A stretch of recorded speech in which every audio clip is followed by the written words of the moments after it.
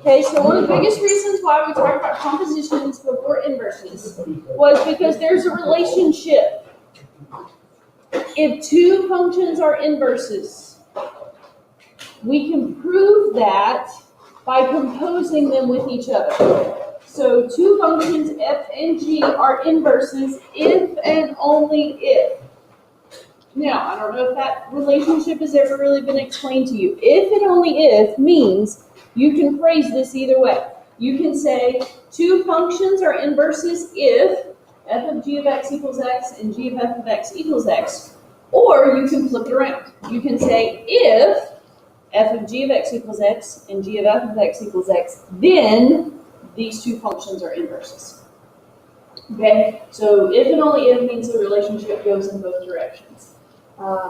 So if I ask you to show or prove or explain why two functions are or are not inverses of each other, I don't want you to sit there and go through the process of finding the inverse of f and finding the inverse of g and then saying, well, okay, they're, the inverse is g and the inverse is f. Okay, what I want you to do is I want you to show me that when you compose them, it simplifies down to x. So let's see if we can use that relationship here to determine if 2x minus 3 and 1/2 x minus, 2x minus 6 and 1/2 x minus 3 to determine whether or not those are inverses of each other. So let's do f of g of x first. It really doesn't matter which one you do first.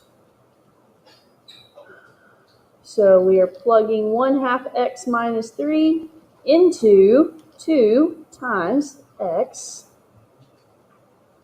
minus 6. We are going to simplify this. So 2 times 1/2 x is just x. 2 times negative 3 is negative 6. And we got a minus 6 there on the end. So this simplifies to x minus 12. It did not simplify down to just x. So really, that's enough to say that they're not inverses. But just in case I messed something up in there, I'm going to look at g of f of x as well, just to make sure I didn't mess anything up. So this time I'm plugging 2x minus 6 into the other function. And when we distribute the 1/2, we get x minus 3. And it still does not simplify down to just x. It has to be only x. So these two functions are not inverses of each other. They have inverses. It's just they are not inverses of each other. Yes, ma'am. Well, no, it always equals x. If they are inverses of each other, it will simplify down to just x. Okay? So let's look at this one. X cubed plus 1 and the cubed root of x minus 1. X cubed plus 1 and the cubed root of x minus 1. Now, based on what we know about inverses, it looks like there's a good possibility that these are inverses of each other, right? One's cubed, one's the cube root, one's got plus 1, one's got minus 1. I think we've got a good shot at this, but let's check and make sure. F of g of x.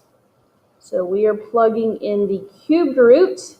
Now, here's the deal with these. When you do this and when you are simplifying, I insist that you show it to me step by step. So we're plugging this in. X was cubed, and we're adding 1. So what I mean by step is that when we cube the cube root, those cancel. So we're just left with the x minus 1. And most of you can probably see, well, after that cancels, then minus 1 plus 1, that's going to cancel. But I want to see this x minus 1 plus 1 step. And then obviously, yes, that does equal x. Now, 9 times out of 10, if one of them simplifies to x, the other one will simplify to x. but not always. So you do have to do it the other way as well. We do need to do g of f of x just to ensure that it does work correctly. Okay, so when we plug this one in, it's the cubed root of, we replace x with x cubed plus 1, and then minus 1. So what cancels first on this one? The plus 1 minus 1. Okay, so you need to show me that that is then the cube root of x cubed, which is x. So these are inverses of each other. Okay, x cubed plus 1 and the cube root of x minus 1 are inverse functions of each other. Okay, so on your worksheet, 45 through 50, that's what you need to do. You need to do f of g of x and g of f of x and see whether or not it simplifies down to x